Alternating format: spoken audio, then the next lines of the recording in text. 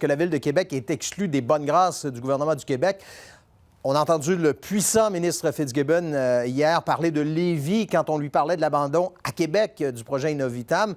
En fait, jusqu'à quel point est-ce qu'on vit dans une période de flottement en ce moment? J'ai bien hâte d'entendre mes collègues à ce sujet, Louise et Alex. Bonsoir à vous deux.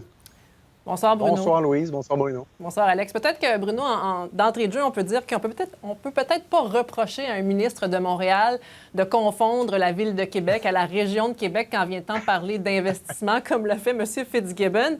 Qu'Innovitam ne fonctionne pas, c'est un moindre mal parce qu'il y a des investissements tout juste l'autre côté du fleuve Saint-Laurent. Ce qui fait peut-être mal, c'est de l'entendre dire qu'après 2 ans de travaux sur Innovitam, on n'a pas trouvé rien qui a émergé de la région de Québec en termes d'innovation. Et ça laisse place à beaucoup d'interprétations. Bien, justement, Alex, je vais vous entendre là-dessus. Est-ce que vous percevez, vous, ce flou? Parce que les gens nous écrivent, des gens du milieu d'affaires notamment, qui s'inquiètent. On a vu des lettres. Est-ce que vous le sentez, ce flou-là? Bien, oui, d'autant, Bruno, qu'on part de loin. Rappelez-vous, je vous ramène en 2018. 2018, ça allait bien. L'économie allait bien à Québec. On avait beaucoup d'innovation, un taux de chômage très bas. Il y avait des jaloux, là. Puis la Coalition Avenir Québec arrive au pouvoir, appuie totalement le projet de Tramway, appuie un projet aussi assez polarisant, mais quand même qui aurait pu représenter de 6 à 10 milliards de dollars d'investissement pour la grande région de Québec, le 3e lien. On parle de Québec comme de la 2e métropole. Donc, les attentes sont très grandes. 5 ans plus tard, on se retrouve avec quoi? Avec un tramway où là, il y a un certain flou. On parle d'une consultation sur le transport urbain. On abandonne le projet de 3e lien. On le ramène par la suite. Donc, très clairement, il y a un brouillard. Puis, à peu près tout le monde essaie de se dépatouiller là-dedans.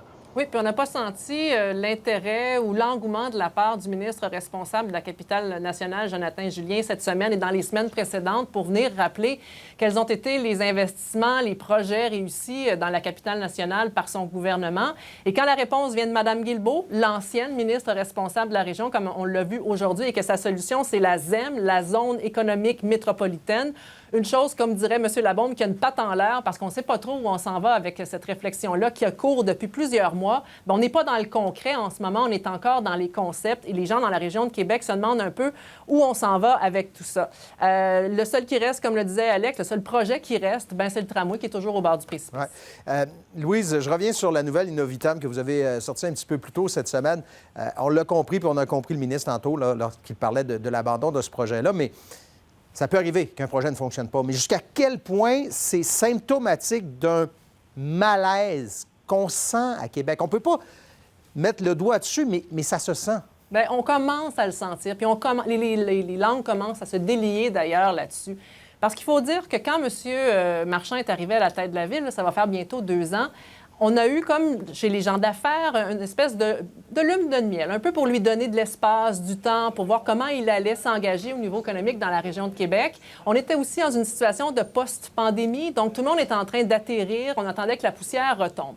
On arrive 2 ans plus tard, c'est l'heure des bilans et il y en aura beaucoup dans les prochaines semaines, on peut être certain de ça. Et c'est là qu'on commence à entendre entre les lignes que ça ne fait pas l'affaire et qu'on cherche le projet qui va être rassembleur pour la Ville de Québec et qu'on cherche qu'est-ce qui va propulser la Ville de Québec dans les prochains mois. Et ça, oui, ce malaise-là, il est bien réel, peu importe à qui vous parlez en ce moment. Alex? Oui, on entend même le chef de l'opposition à l'Hôtel de Ville, Claude Villeneuve, qui lui-même se dit surpris, un peu abasourdi d'entendre le ministre admettre à peu près qu'il n'y a rien pour la Ville de Québec. Puis je vous dirais même aussi, Bruno, que on sent ce malaise-là dans la parole qui est donnée aux ministres qui sont importants pour la région. Le ministre Jonathan Julien, on l'entend pas particulièrement souvent sur nos plateformes. Pas toujours facile d'avoir une entrevue avec lui. Geneviève Guilbeault, ministre des Transports. Dieu sait qu'il y en a des projets de transport à discuter à Québec. Nous, à première heure, on essaie de l'avoir plusieurs fois en entrevue depuis 1 an et on décline à chaque fois nos invitations. Donc, on a l'impression qu'on a même une certaine réticence à s'exprimer sur les plateformes de Québec pour les gens de Québec. On dirait qu'on est toujours à la recherche de... Puis le maire le dit, on veut du leadership, mais est-ce qu'il y a quelqu'un... On donne toujours ce mandat-là au maire, mais est-ce qu'il y a quelqu'un d'autre qui réussira à faire du tramway, par exemple, le projet de Québec, le grand projet? Est-ce que ça pourrait être le 3e lien qui deviendrait, Alex? Pour le 3e lien, moi, j'aurais de sérieux doutes, là, parce qu'avec le 3e lien, on revient à peu près à la case départ. Il y a des gens qui appuient le projet, mais est-ce que c'est un projet rassembleur pour les 2 rives?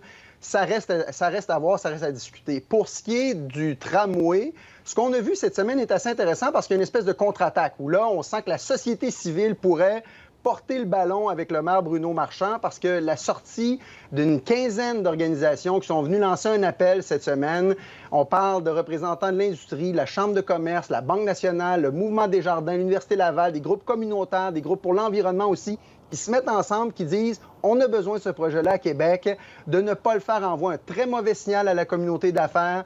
Les retards sont coûteux aussi, puis on en a besoin pour le développement de la ville. Il y a quelque chose là, qui sera certainement entendu. Moi, je suis convaincu que c'est un message qui a sans doute porté à la Coalition Avenir Québec, puis que Bruno Marchand était probablement content d'entendre cette semaine. Et peut-être que la ministre des Transports ne l'avait pas entendu, ce message-là, parce qu'aujourd'hui, elle avait l'occasion de répondre au maire Marchand qui lui demandait un peu de solidarité la semaine dernière.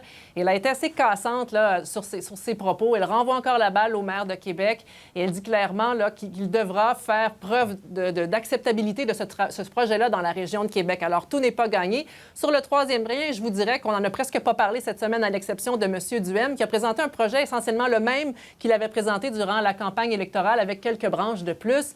Mais ce qui intéresse M. Duhem dans le dossier du troisième lien, c'est pas tellement quelle forme ça va prendre, c'est plutôt de rappeler aux gens que le pont qu'il propose va coûter moins cher que le projet de la CAQ et qu'avec la perspective d'un retour des conservateurs à Ottawa, mais peut-être qu'il y aura de l'argent pour des projets de pont comme il propose. Je vous remercie encore une fois d'avoir été là, vous deux. On se dit à la semaine prochaine. À la semaine prochaine. Plaisir. Bonne soirée.